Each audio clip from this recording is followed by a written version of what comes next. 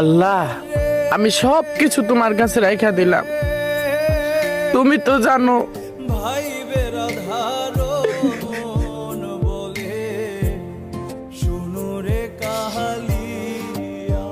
তুমি তো জানো আর ভাই আমার উদ্দেশ্যটা ছিল কি, আমার মনের ভিতরে কি ছিল।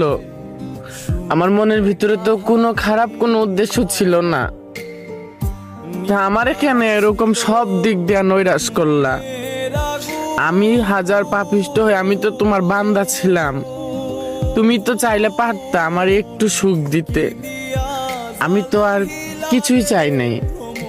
তুমি ধীরে ধীরে ধীরে ধীরে ধীরে ধীরে আমার কাছ থেকে সব কিছু কেড়ে নিলা, সবকিছু দিয়েও কেড়ে নিলা।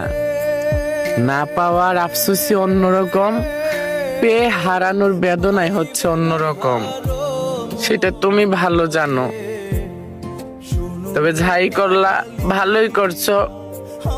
জীবন যতদিন চলে চলুক, তবে কখনো কিছু মানুষকে কখনো আমি ক্ষমা করব না। শুনো রে কাহালিয়া। তাদের ক্ষমা করলে নিভা ছিল আমার নিজের সাথে নিজের অবিচার হবে।